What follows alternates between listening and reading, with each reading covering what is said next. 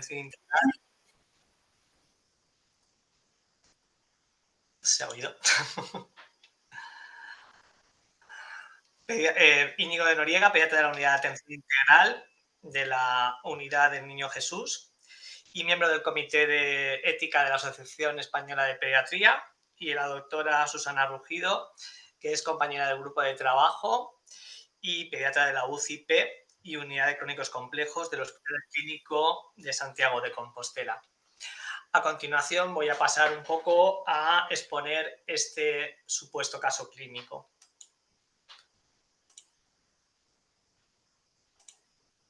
Vale. Se ve, ¿no? Bueno, el objetivo un poco del caso es plantear un caso modelo. Es un caso que tiene componentes pues de un caso que tuvimos en el Hospital La Fe, pero con una serie de variantes para que sea el ejemplo de lo que queremos debatir. Y es un paciente, por lo tanto, con necesidades paliativas, cuya patología de base le confiere una alta discapacidad motora y cognitiva. Lo que queremos debatir un poco son las cuestiones médicas y éticas que se suscita ante las situaciones de posibilidad de un ingreso en la UCI pediátrica. Las preguntas que al final del caso se formulan están un poco basadas en la contraposición de opiniones que tenemos y que hemos observado entre diferentes compañeros que se generan una vez que tratan este tipo de pacientes. Pasamos directamente al caso clínico y es un niño de 6 años, afecto de una parálisis cerebral infantil con un gross motor de grado 5. El origen de todo esto es una encefalopatía hipóxico-isquémica secundaria parada cardiorrespiratoria a la edad de 1 año de vida, durante la colocación de un catéter venoso central en el contexto de un cuadro de una sepsis de origen urinario. El paciente padece una tetraparesia espástica secundaria con déficit cognitivo grave, una epilepsia secundaria en tratamiento con varios antiepilépticos y relajantes, controlada en el momento con las diferentes terapéuticas que se puso por parte de neuropediatría. Hay una ceguera por la encefalopatía isquémica, un reflujo vesicoureteral diagnosticado del nacimiento con un megauréter bilateral y un reflujo grado 4 o 5 que fue intervenido y en la actualidad ya no tenía signos de reflujo. Es un portador de gastrostomía desde el año de vida, hipotiroidismo subclínico en tratamiento con tiroxina, broncoespasmos de repetición en tratamiento con budesonida y tratamiento broncodilatador, controlado en consultas externas de neumología. No ha tenido ingresos hospitalarios en los últimos 12 meses. Es un paciente que, salvo en el momento de la parada, no había tenido ingresos previos en la UCI.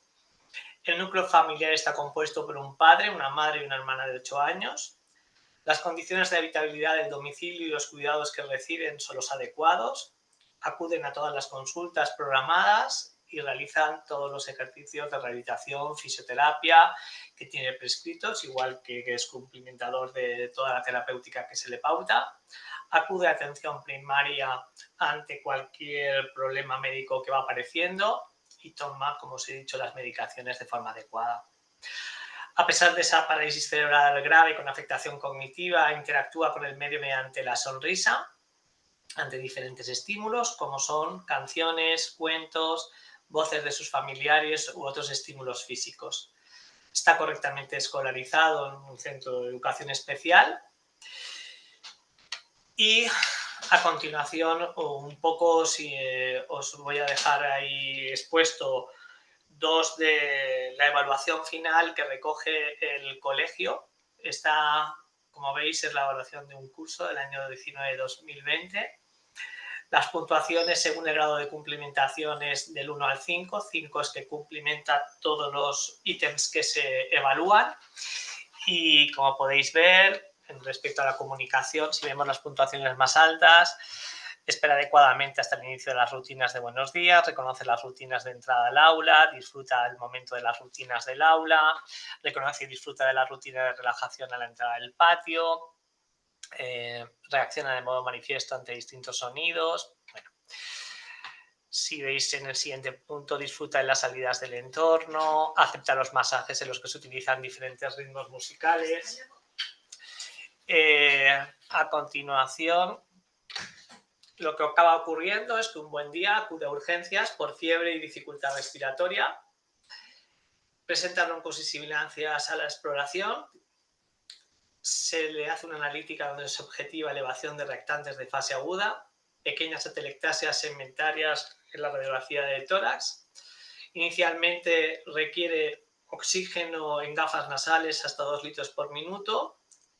Esto acaba en un ingreso en la sala de hospitalización, donde se le pone antibioterapia intravenosa, broncodilatadores y corticoterapia. A las 4 horas del ingreso se incrementan las necesidades de oxígeno para mantener la saturación. Posteriormente pasa una mascarilla simple, después una mascarilla con reservorio ante el aumento de las necesidades de oxígeno para mantener saturaciones, y a las 12 horas del ingreso ya se pasa a una BiPAP. 2 horas más tarde del inicio de la BiPAP, las necesidades de oxígeno siguen en 0,6 y un carbónico en la gasometría de 70. Se habla con los padres, se explica la gravedad y se les pregunta si, llegados a este punto, consideran adecuadas las medidas terapéuticas hacia unos cuidados de confort, o si por el contrario les parece que debería ingresar su hijo en la UCI para intubación, dado que el fracaso respiratorio no es suficiente con la ventilación no invasiva y conexión a ventilación mecánica. Una vez que han sido informados, solicitan al equipo médico su ingreso en UCI. Y un poco el debate se va a discurrir en base a las siguientes preguntas, que son, la primera y creo que considero que es la más importante, ¿no? A veces es si la discapacidad basal grave es una contraindicación por sí misma para recibir una ventilación invasiva. ¿Deben ser partícipes los padres en esta toma de decisiones? O si se considera que es una contraindicación médica, solo deben ser informados, no deben, por lo tanto, plantearse la toma de decisiones puesto que no está indicado el tratamiento. En caso de valorarse que no ha pasado el punto de inflexión y los padres son proclives a la intubación, ¿se podría considerar la decisión de no intubar como un abandono terapéutico? En caso de no poder ser destetado del respirador, ¿se podría desproporcionado realizar una traqueostomía? Y si no, ¿cuándo consideraríamos obstinación terapéutica? Bueno, esto yo creo que son las preguntas que, como os he comentado, que partimos de como inicio de este debate, y ahora a continuación pues Íñigo va a intentar ayudarnos y a esclarecer alguna de las dudas, ¿no?, que hemos planteado. Cuando quieras, Íñigo. ¿Se ve la pantalla? A ¿Se ve ver, la presentación?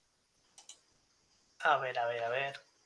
Se ve, no la veo, pero no en grande, ¿eh? No sé si como veis la mía.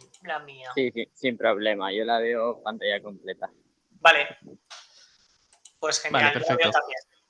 Vale, pues muchas gracias en primer lugar al grupo de casos clínicos por pensar en mí y sobre todo por pensar en la bioética, porque yo creo que es algo que a todos nos come. A todos nos come en el sentido de que a todos nos produce dudas este tipo de casos, que estos casos son cada vez más frecuentes y el problema, como vamos a ver en mi perspectiva, es que probablemente a día de hoy no tengamos respuestas clínicas que dar a estas situaciones y que tenemos que buscar ayuda en otros aspectos. Y la bioética nos puede ayudar mucho, o eso es lo que yo pienso. Nos puede ayudar mucho, quizás no tanto a dar todas las respuestas, pero sí quizás a enfocar mejor las preguntas. Yo estoy aquí como pediatra de la unidad del Niño Jesús y también como vocal del Comité de Bioética de la Asociación Española de Pediatría. Muchos de los fundamentos que voy a dar en esta charla vienen de que actualmente estoy estudiando un máster de bioética en el Instituto Borja, y de hecho quiero agradecer de entrada a una persona del Instituto Borja, que es a la doctora Montse Esquerda, que me ha cedido varias de las diapositivas para esta charla, y también a dos compañeros de la unidad del Niño Jesús, uno es Martín Agud y otro es el doctor Ricardo Martino, que me han cedido también diapositivas, ¿no? Porque esto al final creo que nadie tiene una respuesta y poco a poco vamos construyendo conocimiento. Aún así, voy a hacer un spoiler y es que como advertencia hago que aquí evidentemente, y una de las cosas que voy a anticipar es que creo que todos tenemos nuestros sesgos a la hora de enfocar la toma de decisiones y mis sesgos que soy como un personaje del Minecraft, soy bastante cuadriculado, soy bastante conservador en las cosas que hago, ¿no? Y esto es una cosa que yo creo que es bueno, cada uno tiene que saber cómo enfoca este tipo de toma de decisiones porque como veremos luego, probablemente sea mucho menos racional de lo que creemos que es. Porque de hecho es que no puede ser todo racional.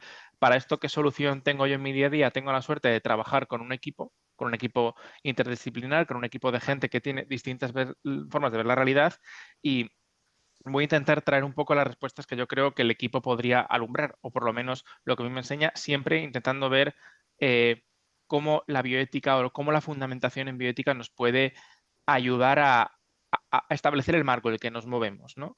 Porque de entrada hay que decir que nos movemos en el marco de la incertidumbre, ¿vale? Y esto es una cosa que yo creo que todos tenemos claro en nuestra cabeza, pero que a veces se nos olvida a la hora de tomar decisiones.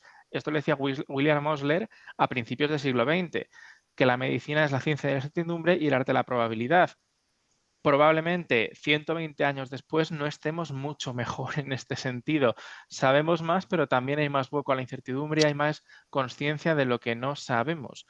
Eh, y de hecho, en la corriente de la medicina en la que estamos ahora, que es la medicina basada y entre comillas evidencia, porque está mal traducido, como muchos sabéis, Sackett y Guyat, que son los padres de esta corriente, vienen a definir que la medicina que tendríamos que hacer debe basarse en las pruebas o evidencias existentes, apoyada en la experiencia del profesional y en las preferencias del paciente.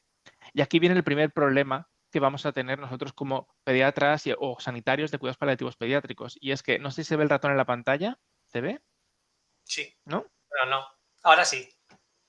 Vale. En cualquier caso, estoy yendo a la parte de pruebas. La parte de pruebas existente que tenemos es muy baja para nuestros pacientes.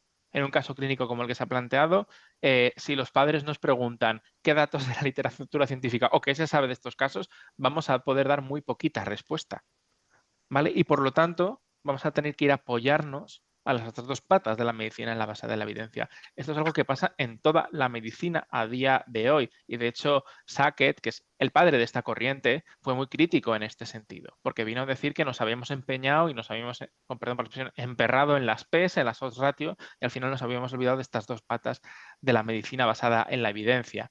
Y a día de hoy vivimos en lo que algunos autores, algunos filósofos, vienen a denominar un mundo VUCA, un mundo en el que hay volatilidad de los conceptos, de las ideas, de los valores, que hay mucha incertidumbre, que hay mucha complejidad y que hay ambigüedad. Esta gráfica, si os fijáis, es más de conceptos generales o conceptos económicos. En el mundo de la medicina, esto es así. Nos encontramos en esta realidad. Y el problema es que esta incertidumbre clínica, si no la manejamos bien, si no lo pensamos bien, puede llevarnos a cierto relativismo.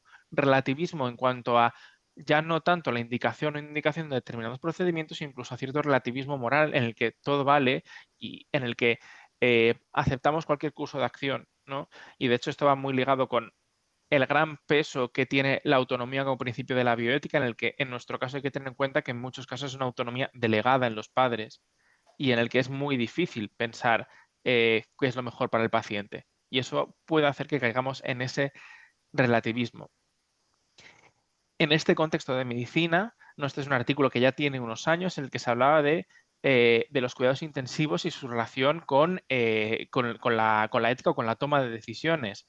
Vamos a leerlo brevemente. No dice que nadie duda de que los cuidados intensivos, como muchas otras tecnologías, pueden beneficiar a muchos pacientes, pero usar esta o cualquier otra tecnología de manera inapropiada muestra falta de humanidad y desperdiciar recursos.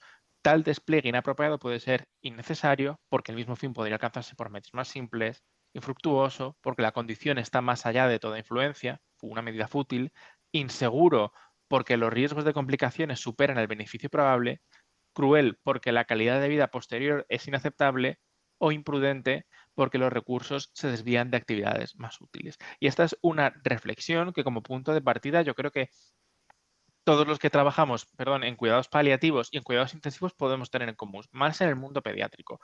Pero es que ahora el problema está cambiando.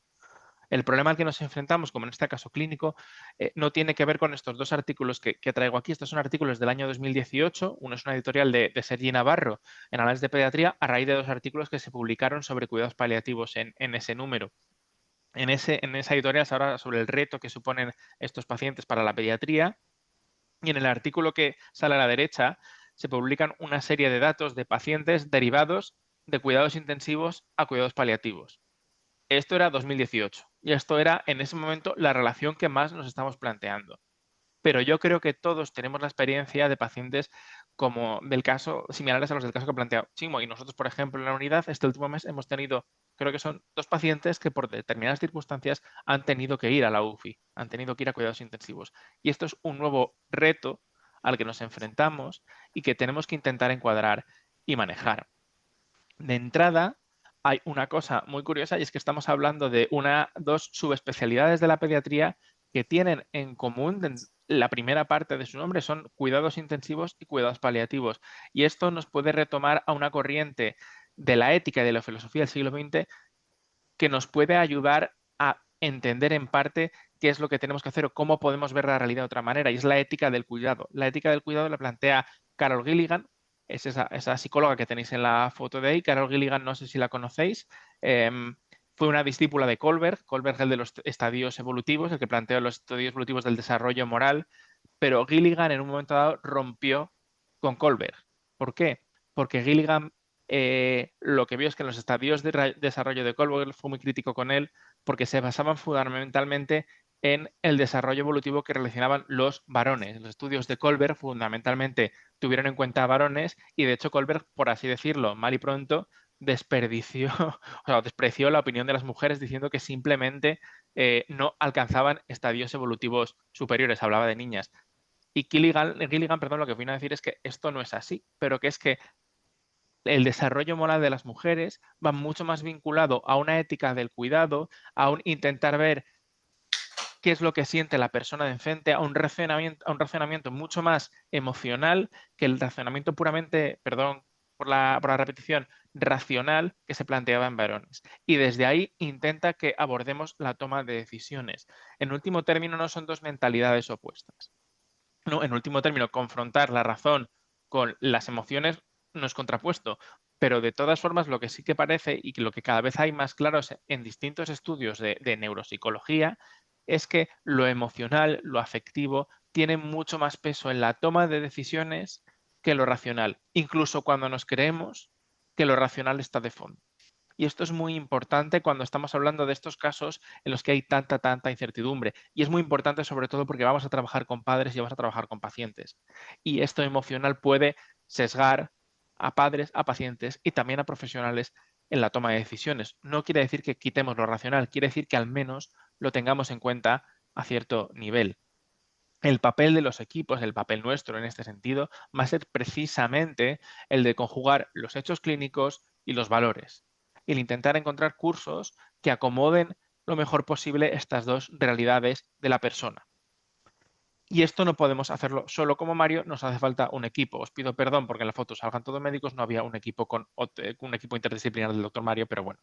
Por supuesto, la visión interdisciplinar en la que se incorpora la visión psicológica de la familia del paciente, la visión social es muy importante y es a lo que tenemos que aspirar, a llegar a esa conjunción de hechos y valores. Tradicionalmente nos hemos basado en estos 4 principios que todos conocéis de sobra, los 4 principios de la bioética que parten del informe Belmont, que luego Beauchamp y Childress han ido estableciendo y que en España categorizó Diego Gracia, ¿no? Diciendo que en un nivel de ética de mínimo se encuentra en el principio de justicia y no maleficencia, en un nivel superior el principio de autonomía y beneficencia. Esto no hace falta que lo explique mucho, pero sí que en las siguientes diapositivas voy a intentar matizarlos, ¿vale? Porque yo creo que todos tenemos la experiencia, si alguna vez habéis hecho el ejercicio de discutir casos clínicos en base a estos principios, que es frecuente que a veces que se nos queden cortos, entre comillas, y que no nos valgan para responder a todo lo que queríamos a los escenarios en los que enfrentamos o que nos cueste encuadrar. Así que, sin más dilación, que da muchas vueltas para responder a la primera pregunta, ¿la discapacidad basal grave es una contraindicación por sí misma para recibir ventilación masiva? Ahí cito a una persona que no es de entrada ningún referente de la bioética, probablemente, pero bueno, que dijo esta frase del por qué, que es mi respuesta a esta pregunta. ¿Por qué? ¿Por qué va a ser la discapacidad basal grave una contraindicación por sí misma? El problema es que los pacientes que tradicionalmente teníamos o que tenemos con discapacidad basal grave suelen sumar otras cosas, pero esto no siempre es así. Y aquí entra el principio de justicia. En un primer momento, el principio de justicia que implica dar a cada uno lo que necesita, que implica tratar a todos los casos de forma igual, a las mismas circunstancias, y repartir por igual las cargas y beneficios con la sociedad. Pero que es importante tener en cuenta que el principio de justicia no aduce a una metodología igualitaria en la que a todos se les da lo mismo, sino que intenta ser equitativo, intenta dar a cada persona lo que necesita en cada momento. Muy similar al concepto de enfoque paliativo que todos manejamos. ¿Por qué va a ser la contraindicación la ventilación mecánica en estos pacientes? Hay que tener en cuenta que si se llega a este extremo, ¿no? El curso alternativo, si realmente no hay más opciones, es el fallecimiento del paciente. ¿Vale? No hay más, se supone, porque ya hemos agotado la ventilación mecánica no invasiva. En ese sentido, para contraindicarlo tendremos que valorar, y eso tenemos que hacerlo nosotros junto con el responsable del manejo de la vía aérea, que en este caso va a ser el médico de cuidados intensivos, pero haciendo una toma de decisiones compartida, cómo de reversible va a ser el procedimiento y cómo de proporcional, ¿no? Cómo de proporcional en cuanto a la situación del paciente, a las repercusiones que esperamos ver en todo el abanico de escenarios y cuál es más previsible. ¿Qué es lo que ocurre en nuestros pacientes? Que generalmente no es solo una discapacidad cognitiva motórica grave, sino que muchos de nuestros pacientes tienen enfermedades pulmonares graves, tienen vías aéreas difíciles o tienen patología restrictiva derivada de las malformaciones musculoesqueléticas. Hay otras contraindicaciones o que pueden ser absolutas o relativas que pueden presentar nuestros pacientes, y de ahí pongo los puntos suspensivos. Pues ahora, por ejemplo, pues pacientes que tengan inmunosupresión, pacientes con otras patologías de base que condicionan esta complejidad. El problema que tenemos con esto es que no tenemos datos y yo creo que todos tenemos experiencia de determinados casos en los que hemos dicho este paciente no va a salir y sale.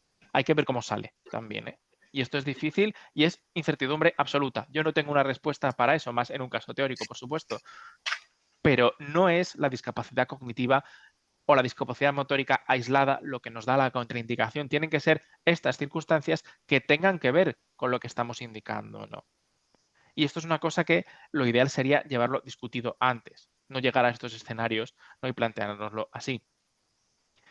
Y pasamos a la siguiente pregunta. ¿Deben ser los partícipes los padres en esta toma de decisiones o si se considera una contraindicación médica solo debe ser informados? Y aquí el problema al que nos enfrentamos es que si no se ha hablado antes, generalmente nos enfrentamos a un escenario de urgencia barra emergencia en la que todo es correr y en las que no hay tiempo muchas veces para sentarnos con los padres, dejar que la información repose, dejar que se tome una decisión en base al mejor interés, porque no hay tiempo. Y muchas veces nos planteamos cursos de acción de manera dilemática, ¿no? Se intuba o no se intuba, ingresa en UCI o no ingresa en UCI.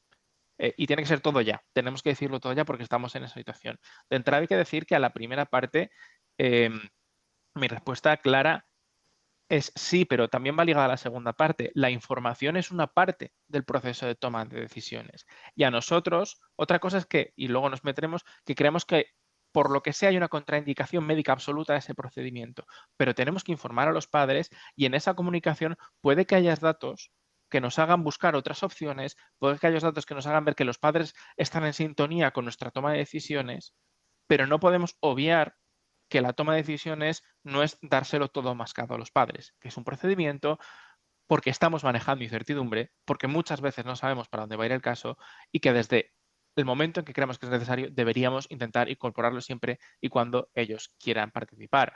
Aquí el principio que entra en juego es el de la autonomía, el deber de respetar las decisiones de las personas. Importante esto porque hay veces que aduciendo una falsa autonomía lo que hacemos es dejar la pelota en el otro tejado.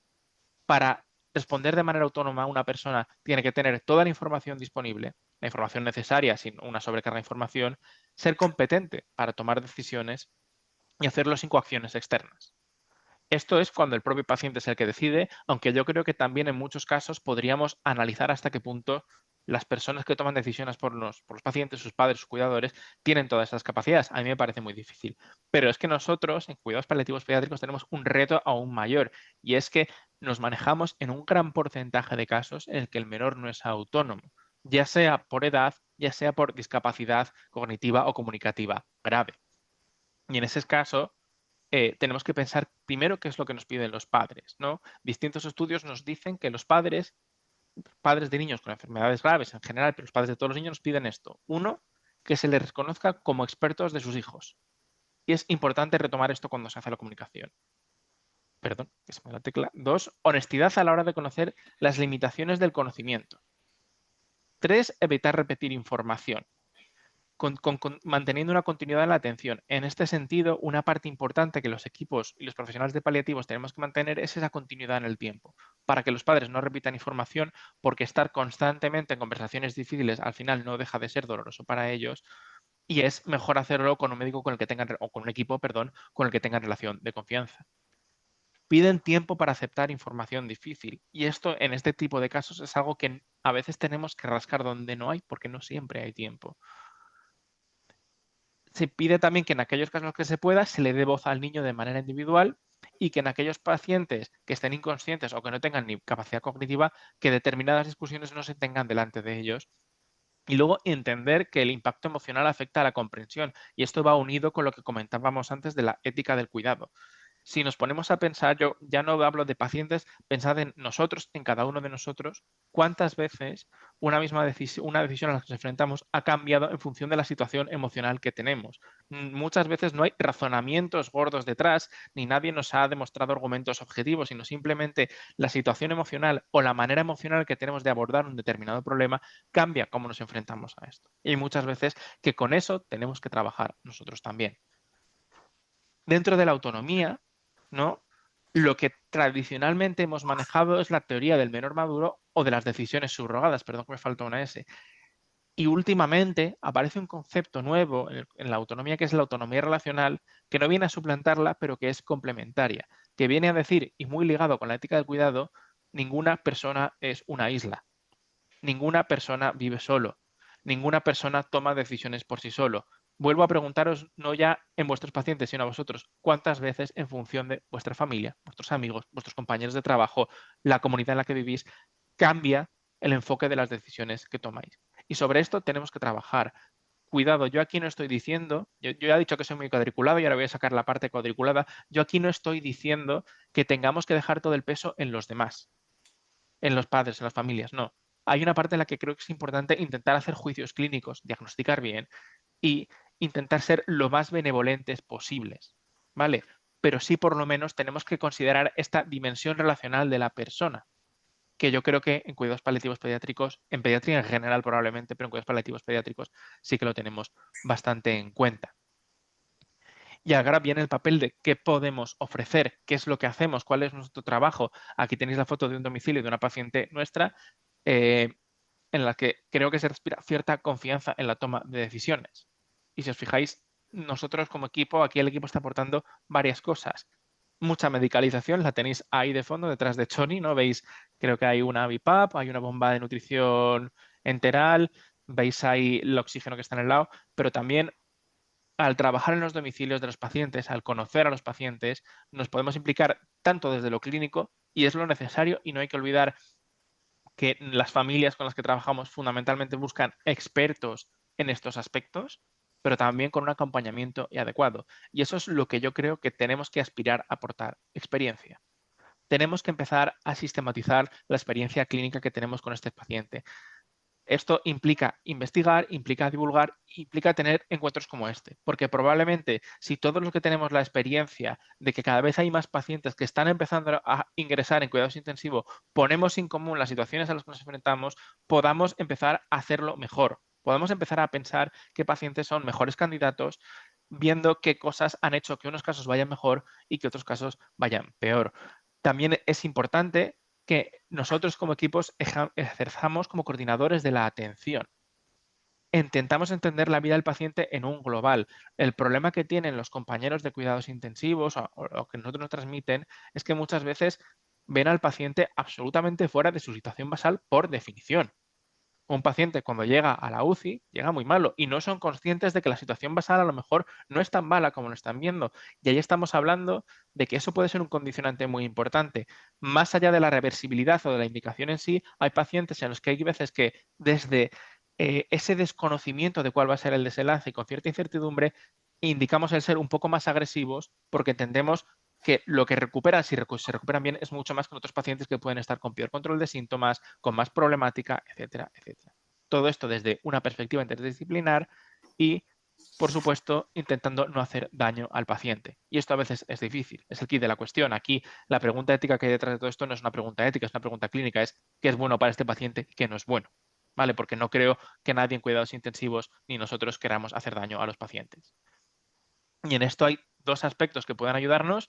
El primero es la planificación anticipada de cuidados. Tomo esta diapositiva con permiso de mi compañero Martín Aguz. Hay que entender que planificación anticipada de cuidados no es un si parada cardiorrespiratoria no RCP, no es decir al compañero intensivos están súper ubicados, ni decir no es reanimable. Es sentarnos a hablar con las familias, es intentar entender qué es lo que mueve a ese niño y a esa familia, ver ya no solo cuáles son sus problemas clínicos, sino en qué tienen puestos los valores, qué es importante para el niño, desde ese concepto de autonomía relacional, ver cuál es su mundo de vínculos y valores, enfatizar a la hora de tomar decisiones qué es lo que sí que se va a hacer, ¿vale? Porque estamos ahí porque tenemos que hacer cosas. Y si estuviésemos para decir que no se haga nada, seríamos unos notarios, no haría falta que estuviésemos ahí presentes, ver cuál es el lugar de cuidado y tener en cuenta que eso sí, si hay cosas que como equipo tenemos claro que no está indicado, no presentarlo como una opción. ¿Vale? O que los objetivos no son realistas, porque eso lleva a la confusión. Aquí estamos siendo paternalistas. Probablemente sí hay una forma de paternalismo suave que yo creo que en estos casos no es mala y es necesaria, porque al final estamos ahí porque tenemos esa experiencia y esa cierta distancia que en conjunción con los valores de la familia, pero siendo necesaria, nos permite actuar mejor con los pacientes.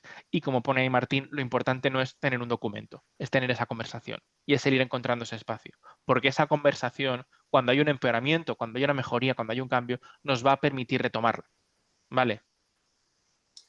Y otro aspecto importante y útil son los intentos limitados en el tiempo. Este es un concepto que surge en la literatura de cuidados intensivos en general, ¿no? Como periodos de tiempo cortos en los que se aplica una determinada medida. Y me ha gustado este artículo porque plantea esta gráfica. A mí me parece que las cosas visuales se entienden mucho mejor, pero es hasta cierto punto compleja, ¿no? Estos autores plantean que los intentos limitados en el tiempo se podrían aplicar mirando esta gráfica. En esta gráfica, en la parte de abajo, tenemos el cambio funcional esperado, ¿no? 0% indica que el paciente no va a mejorar en absoluto, 100% indica prácticamente que va a mejorar solo.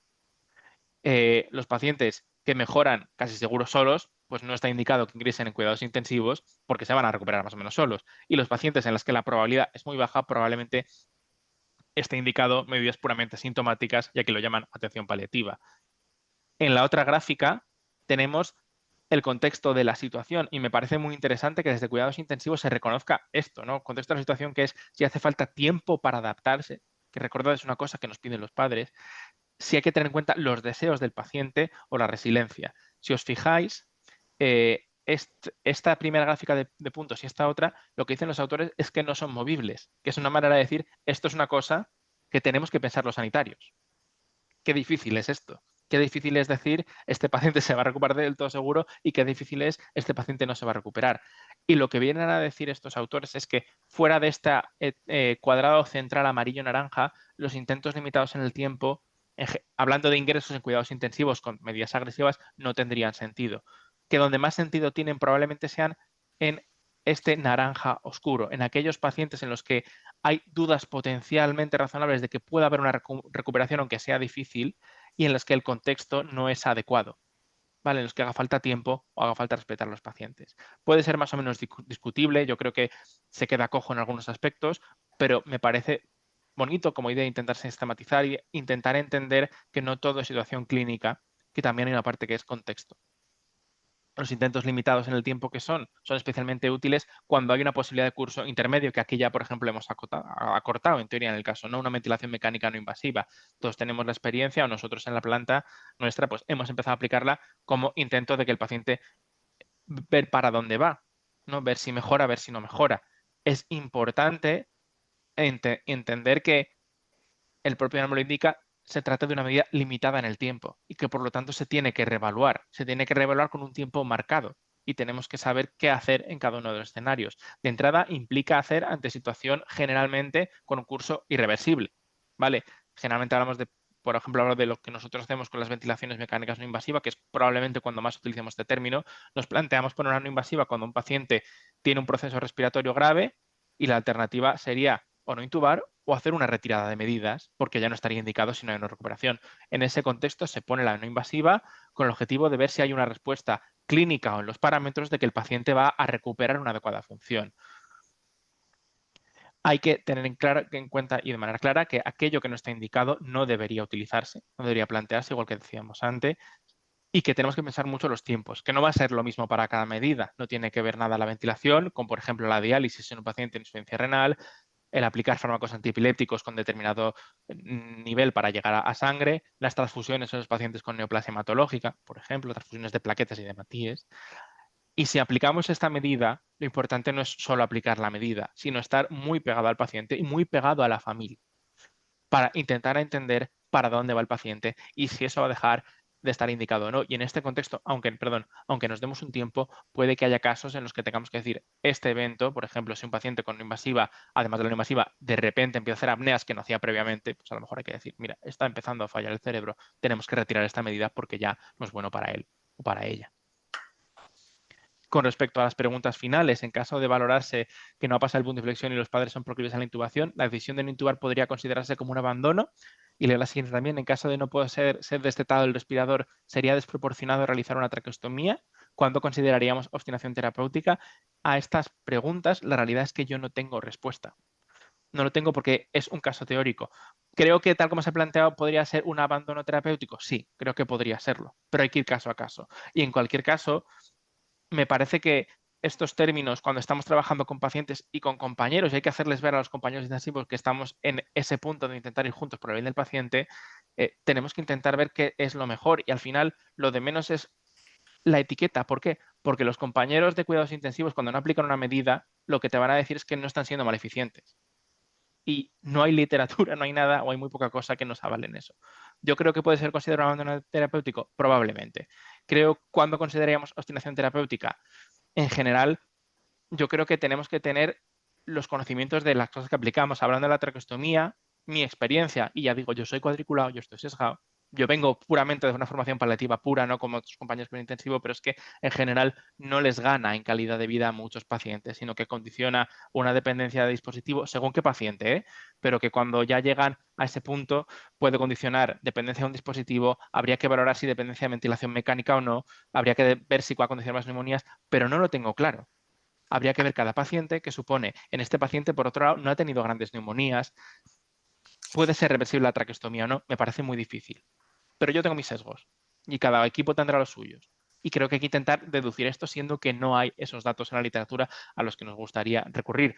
Los oncólogos y los cardiólogos de adultos lo tienen mucho más fácil y tienen estudios de supervivencia con esas curvas maravillosas que les permite tener en la cabeza un dato que nosotros no tenemos. Y esto es la complejidad, lo bonito y lo difícil de esto. También va a depender esto mucho, por supuesto, de la situación de los pacientes, ¿no? Y todos somos conscientes de que hay pacientes que con una traqueostomía en casa y una ventilación mecánica en casa se manejarían fenomenal y otros que por su situación familiar o social podría ser mucho más complicado. Y es que este es el melón de la cuestión. Esta es la pregunta que hay de fondo en este caso clínico y en estas experiencias. ¿Cómo podemos hacer para maximizar la beneficencia y minimizar la maleficencia?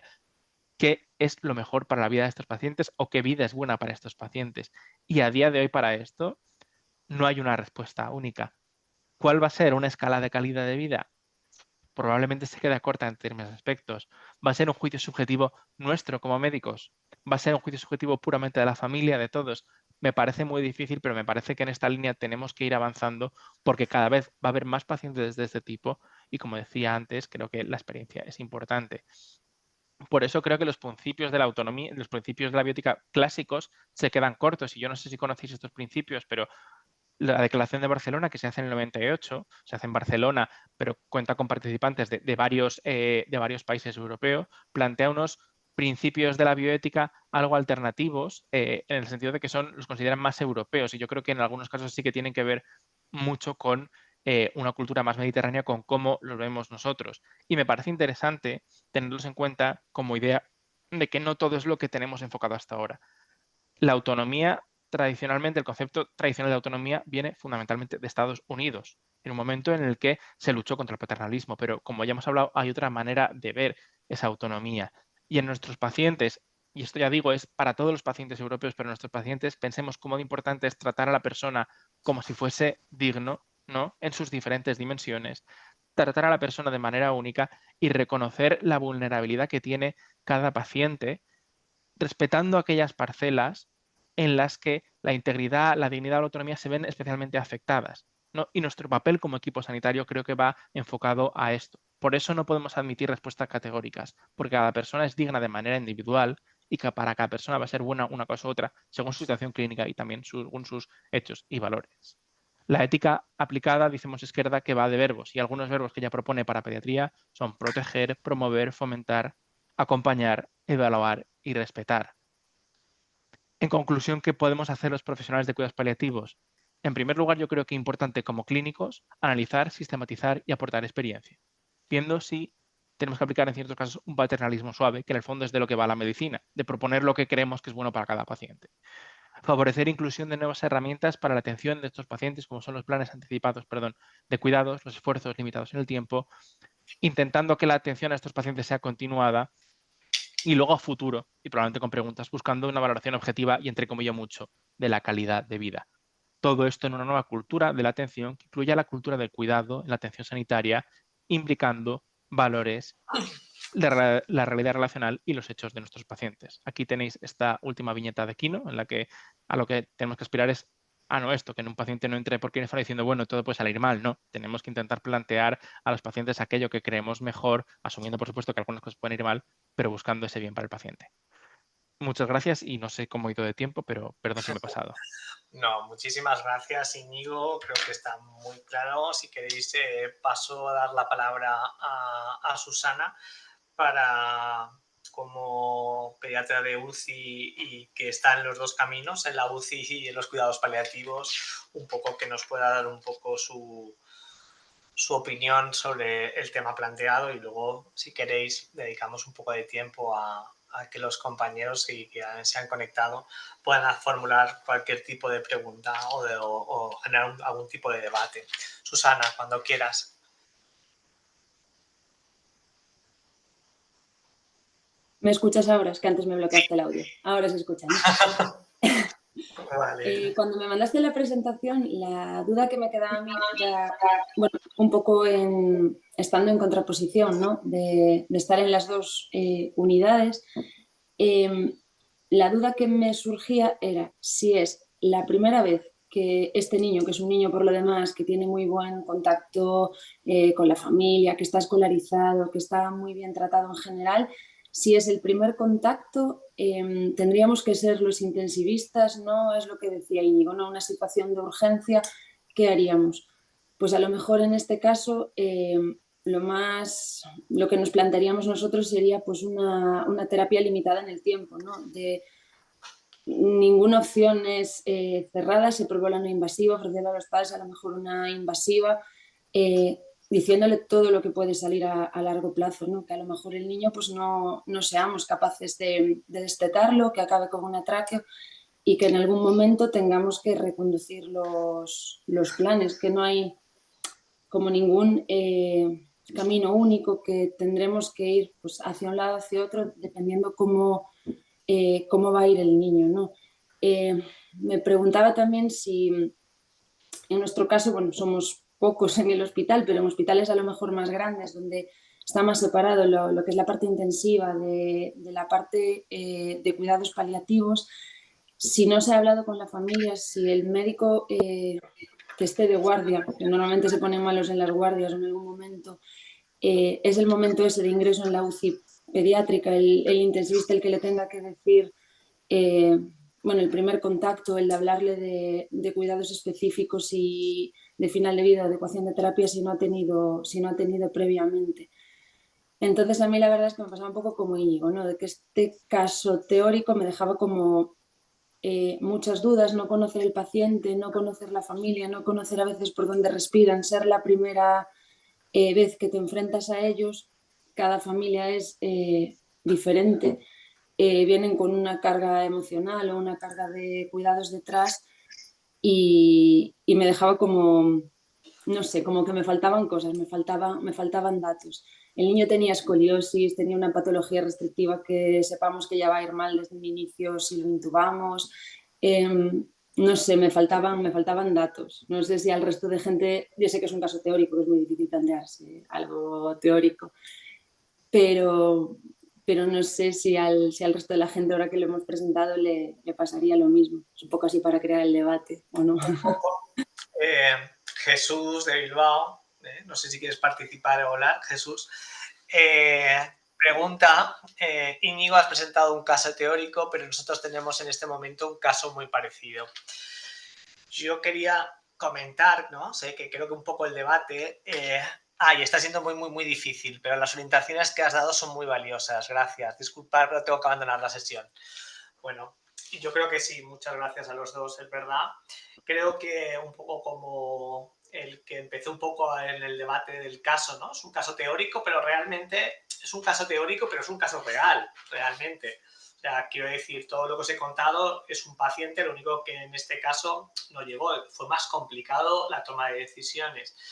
Pero quizás, como habéis comentado, ¿no? Íñigo, creo que es verdad, todo ese proceso de evaluación de los pacientes, de estudiar, ¿no? Esa proporcionalidad de la situación, ¿no? Yo he intentado poner un caso, además, bastante de un paciente realmente prototipo, ¿no? De un prototipo, como decía Jesús, un prototipo de paciente con un niño con parálisis cerebral que realmente, desde el punto de vista de paliativos, podríamos considerar todos que no habría pasado ese punto de inflexión, había ingresos, parecía que estaba bastante bien controlado,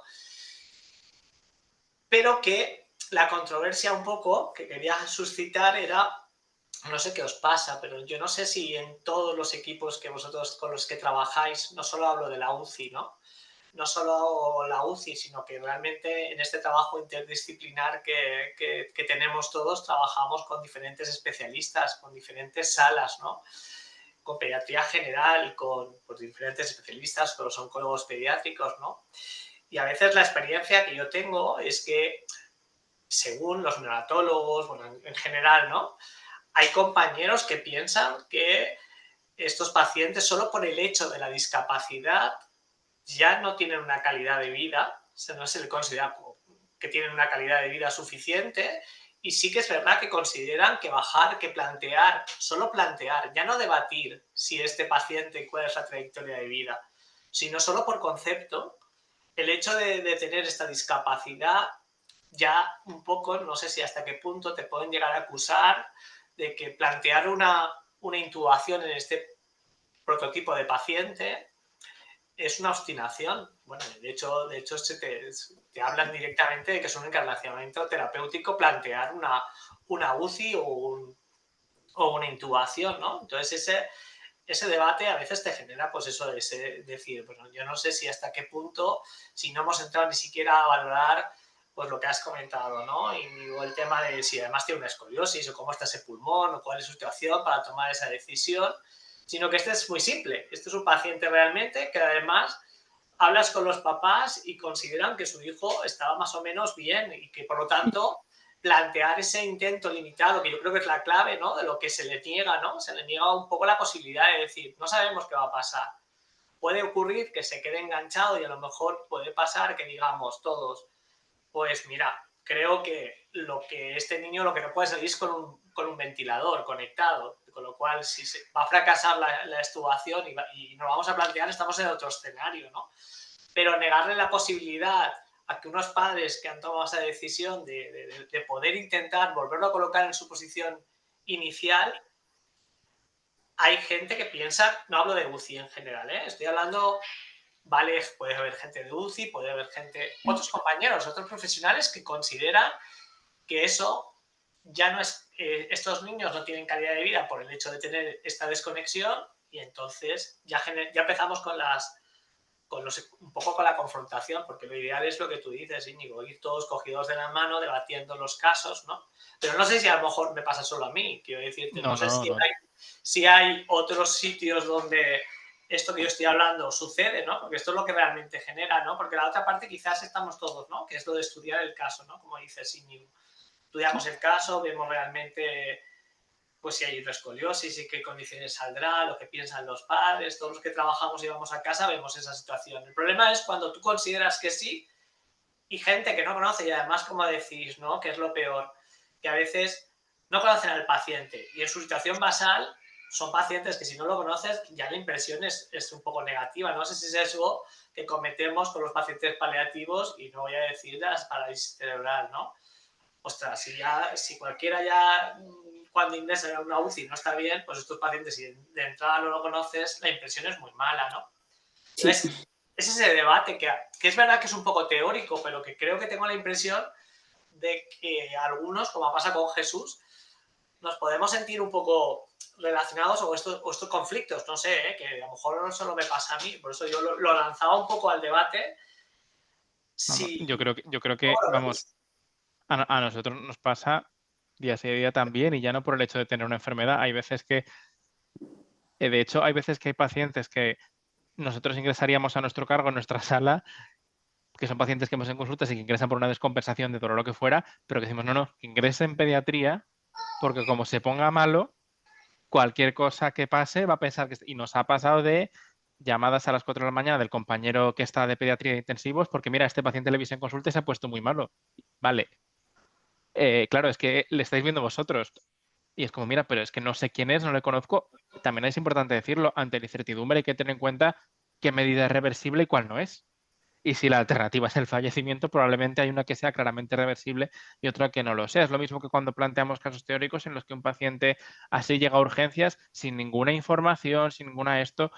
Si no se puede hablar, la duda, y como sanitarios tenemos que intentar, no me gusta nada la expresión de ir a por todas, pero creo que se entiende. Bueno, pero de tratarlo como si fuese un paciente B, y ya habrá tiempo para intentar retirar una medida si no hay tiempo. Lo ideal no es llegar a eso, eh, porque puedes hacer daño a un paciente que potencialmente no lo tenga, pero que yo creo que nos pasa a todos. Ahora bien, ¿qué es lo que yo veo detrás de, o sea, cuando un compañero me dice es que esto es encarnizamiento o esto es... o el otro lado, ¿no? Porque también seguimos teniendo el conflicto con otros profesionales que es abandono. Yo lo que ahí veo son respuestas que vienen de un juicio emocional absoluto. Y un juicio emocional no quiere decir que vengan de sus emociones, sino que intentas dar una respuesta que te sale muy visceralmente. Y a mí me sale. Yo hay pacientes que discuto mucho con mis compañeros, no tan bruscamente como el de intensivos, pero digo, es que este paciente creo que no habría que hacer esta medida o creo que habría que hacerla. Y parte más de mi visceralidad, que luego hay distintos estudios que demuestran que generalmente lo que hacemos cuando tomamos una decisión o hacemos un juicio es hacer un juicio emocional y luego dar argumentos racionales. Y nuestra cabeza es capaz de encontrar argumentos racionales. Cuando nos dicen esto es obstinación, yo por eso me voy al por qué. ¿Por qué? No, porque la calidad de este niño, pero tú la conoces.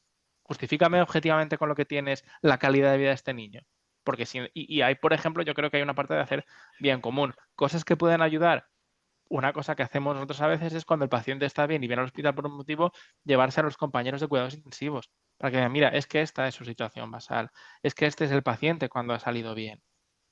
Y hay claro, que buscar pero caminos. la pregunta es que a veces que ante la respuesta de cuál es la calidad de vida, empezamos, como es una cosa subjetiva, vamos a entrar en debates, ¿no? Entonces te va a empezar, ¿qué es lo que ha ocurrido, no? Entonces te dices, ¿cuál es la calidad de vida que tiene? Ese es el argumento muchas veces, un paciente con una PCI grave que, bueno, que uno considera que si no te comunicas, que reírte eso no es calidad de vida, que si no te mueves no es calidad de vida. Claro, si hay otro compañero que piensa que eso no es calidad de vida y tú piensas que es calidad de vida, vamos a tener un problema.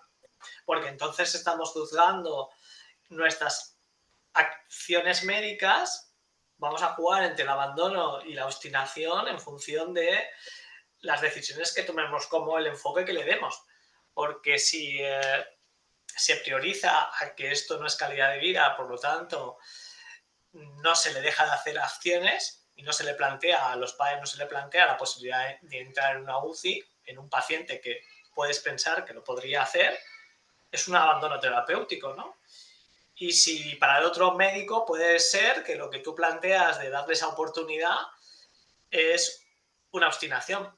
Y ese es para mí, a veces el problema, yo le digo, que veo en que no se juzga un paciente en un contexto de familia, sino una enfermedad. Entonces, el planteamiento es decir que como yo es un paciente con una discapacidad, ese paciente ya no se merece poco más. Es decir, que tú querer darle la oportunidad cuando según su planteamiento es que, bueno, lo mejor que se puede hacer por este niño es que fallezca cuando llega su oportunidad. Eso es lo que cuesta, ¿no? Debatir o pelearnos, ¿no? O qué tipo de argumentos dar. Pues Porque es que hay toca, una parte también importante, es que esa conversación, yo creo que está bien que la tengamos primero los clínicos por separado, sí. pero hay que meter a los padres. Y ahí es, claro, pero tienes que justificar a los padres por qué vas a hacer lo que vas a hacer. A lo mejor si los dos equipos claramente consideran que hay una medida no indicada, se explican estos términos a los padres. Y hay padres a los que tenemos que tener esa conversación en empeoramientos sin conocerlos previamente. Y yo creo que a todos nos ha pasado. Yo creo que hay que hablar con el compañero de intensivos ahí porque ese es el momento en el que muchas veces puede costar más, porque al final a ese primer momento emocional que yo entiendo de dónde sale, porque al final entiendo que lo que quieren, o sea, ellos quieren no hacerlo, quieren no hacer mal al paciente. Y yo creo que hay que coger esa mano que nos dan. No hay que plantearlo como un enfrentamiento porque si lo planteas como un enfrentamiento, como mínimo te vas a quemar. Hay veces que no queda más y que son guardias, son las 3 de la mañana, pero hay que explicárselo a los padres. Y cuando le explicas a los padres, creo que para esto en su vida esto no es bueno, pues hay que ver cómo lo reciben y a veces que eso va a ser difícil, también a veces en cuenta de nuestro propio criterio, como médicos más de la parte paliativa. Pero por eso es importante intentar trabajar en una relación de confianza previa, el conocer a los pacientes antes en el tiempo para saber qué es bueno para ellos. Y ante la duda, si no sabemos a estos y los padres nos dicen la calidad de vida de mi hijo es esta y esto es bueno para él, o mi hijo lleva un año que no hace nada, tendremos que ponderar eso. Y ese es nuestro trabajo como clínicos, es trabajar con esa incertidumbre. No tenemos una respuesta que nos vaya a decir tu probabilidad de ser extubado es de un 30, de un 40, de un 70%. Tu probabilidad de salir antes no lo tenemos. Entonces, en ese punto tenemos que hacer un juicio con lo que vemos de clínica y una vez en la clínica nos ponemos más de acuerdo o en desacuerdo, si nos ponemos de acuerdo no hay ningún problema, si nos ponemos en desacuerdo es donde para mí los valores ganan más peso. Es donde hay que dejar más peso a las familias. Y si no se lo queremos dejar, creo que entonces estaremos haciendo mala medicina. No mala pediatría ni malos cuidados paliativos, sino directamente mala medicina. Muy bien. Yo ahí estoy de acuerdo con Íñigo. Creo que a veces es eso, nos tenemos que sentar nosotros y establecer nosotros el plan de qué vamos a hacer. Los padres yo creo que en ese momento no necesitan informaciones contradictorias, sino bueno, establecer una hoja de ruta entre todos que no nos dé disconfort a nadie para trabajar e intentar tirar por ahí. Pero bueno. Y perdón, una cosa que no he dicho, pero ya por último, y en el caso de dudar entre dos cursos intentar siempre buscar un curso intermedio. Casi siempre los hay, ¿vale? Sí. Y por ahí puedes tomarlo para reevaluar. Y yo creo que eso a los padres sí que les ayuda a entenderlo más, porque ellos lo que ven es, cuando hay un disenso entre lo que ven los padres y lo que ven los clínicos, bueno, vamos a ir por el camino en medio y a ver para dónde va, muchas veces ayuda a ese situarse. Y a veces también ayuda a los propios profesionales. Bueno, no sé si alguien quiere hacer alguna pregunta en el chat. He visto que Antonio comenta, estos pacientes nos demuestran que las fronteras entre intensivos y paliativos son difusas, cuando no ficticias. Todos debemos ser el equipo que cuide. Si alguien quiere hacer alguna pregunta más, son las 5:30. Mientras si alguien quiere formular alguna pregunta, quiero agradecer a Íñigo y a Susana la participación. Creo que podríamos estar mucho tiempo debatiendo sobre estas cosas. Es verdad que plantear un caso teórico pues a veces no es el caso más adecuado, porque es verdad que hay veces que hay que estar ahí y conocer toda la situación. Son los casos que muchas veces se presentan a comités de bioética, son de los que necesitas mediadores por medio, son complejos, es verdad, generan muchos debates entre los equipos, a veces no siempre hay acuerdos, pero bueno, la verdad es que creo que, como has dicho, ¿no? Creo que charlas o encuentros como este creo que nos ayudan un poco a todos y ese es uno de los objetivos de este grupo de trabajo, ¿no? Intentar dar luz, ¿no? Un poco dar luz a estas dudas porque a veces nos sentimos todos identificados, hemos tenido un caso parecido y creo que pues como charlas como esta nos ayudan a hacer un poco, a dar un poco de luz, ¿no? Como hemos comentado. Bueno, No sé si hay alguien más que quiere hacer una pregunta, si no yo os voy a dejar aquí el enlace, los enlaces para encuesta de satisfacción y bueno, no sé si alguien quiere decir algo más. Si no, una vez que haga y os deje los enlaces de los dos, paso a dar por finalizada el encuentro de hoy. A ver si lo puedo. Muy bien, creo que ya puedo.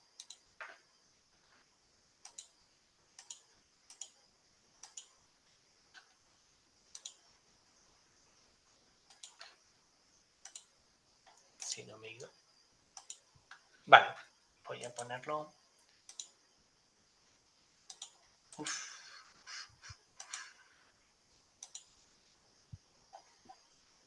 Creo que lo he podido, pero no estoy seguro. El QR no lo permite, no me permite. Ay, a ver. No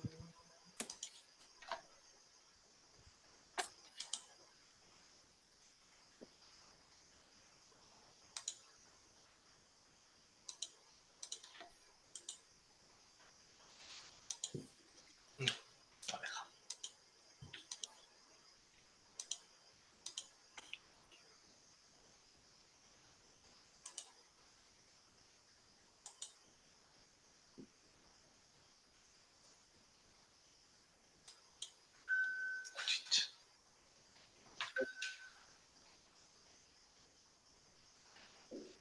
Vale, creo que lo voy a hacer. Sugerencia de Javi, que me parece muy buena idea.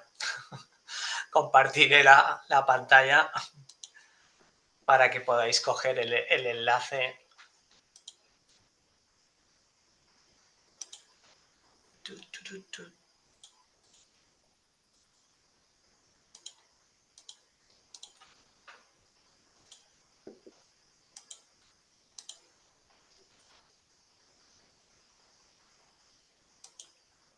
¿Lo veis? Sí, sí, se ve. Se ve el QR. Pues si lo queréis. Si lo queréis y dejo unos segundos y podéis todos cogerlo.